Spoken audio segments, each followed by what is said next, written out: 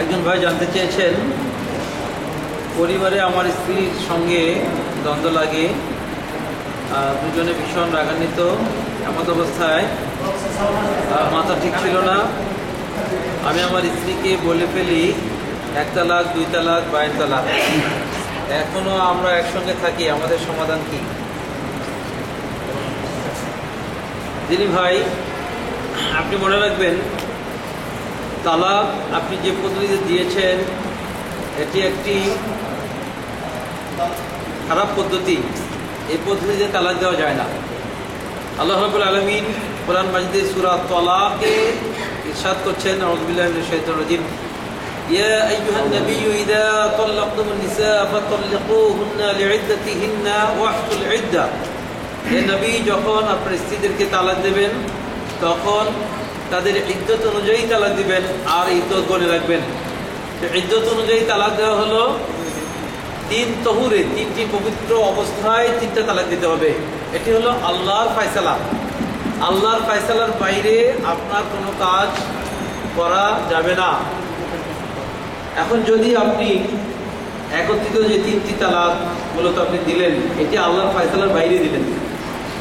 এখন আল্লাহর ফয়সালার বাইরে কাজ করে আপনি প্রথমত আপনি এটি একটি অপরাধ করেছেন, এটি একটি বড় গুনাহের কাজ করেছেন।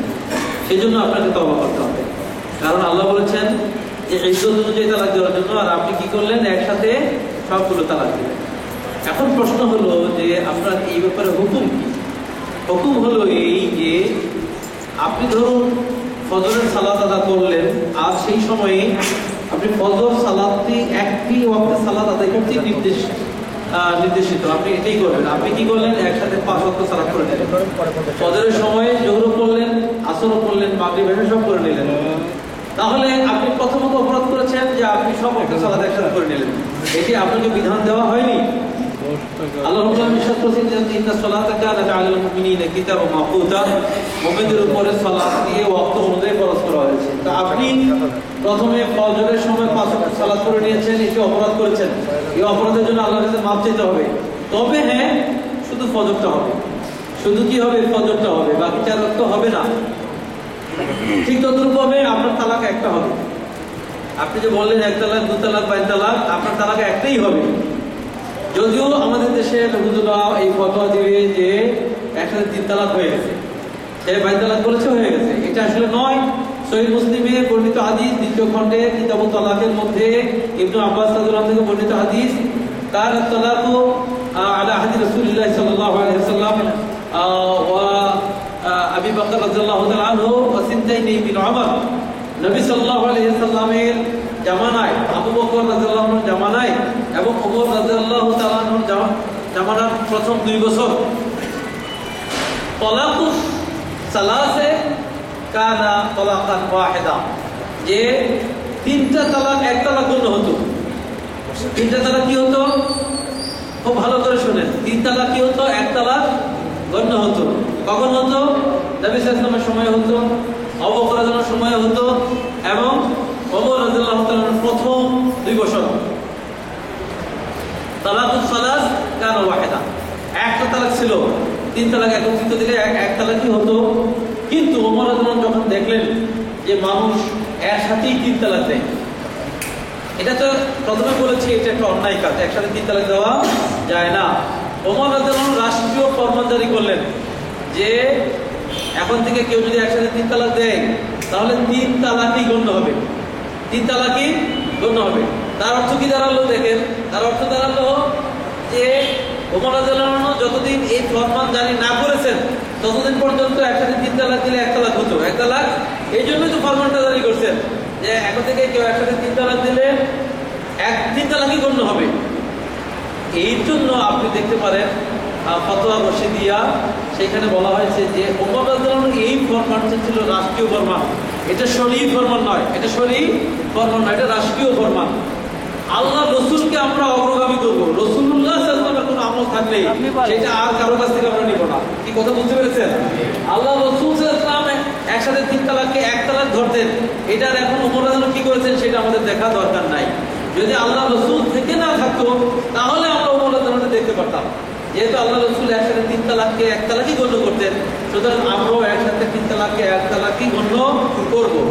যদি আপনি না করেন তাহলে কি করতে হবে?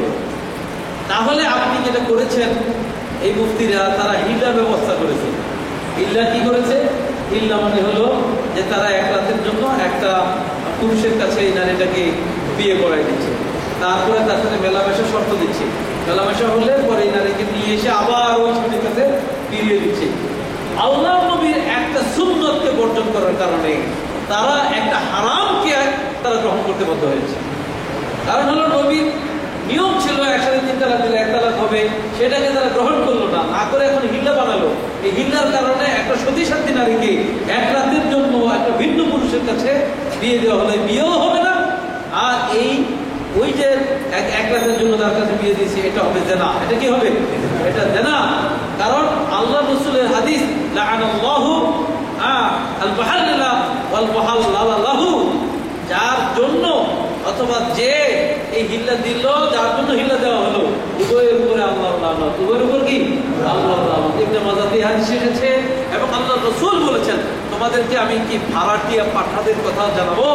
তারা হলো এই যে হিল্লা যাদের কাছে, এরা হলো ভাড়াইটা পাঠা, এরা হলো কি? ভাড়াইটা পাঠা। সুতরাং এই ভাড়াটিয়া পাঠাদের কাজ কারবার আপনারা করবেন না, এই হিল্লার কাজকর্ম আপনারা করবেন না। এটা হলো শরীয়তের নামে দুধ চুরি, শরীয়তের নামে এটা হলো দুধ চুরি। শরীয়তকে নিয়ে তারা ছিনিমিনি খেলছে, একটা সতী সাথী নারীকে 1 রাতের জন্য ভিন্ন পুরুষের কাছে তারা বিয়ে দিয়ে দিচ্ছে।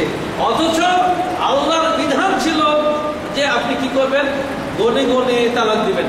গনে গনে তালাক যদি আপনি না দেন, তাহলে একসাথে 3 তালাক দিলে আল্লাহর বিধান লঙ্ঘন করে আপনি যেমন সালাত 1 ওয়াক্ত করে নিলে হবে না, এইভাবে একসাথে 3 তালাক দিলেও হবে না, একটাই হবে। কয়টা হবে? একটা হবে।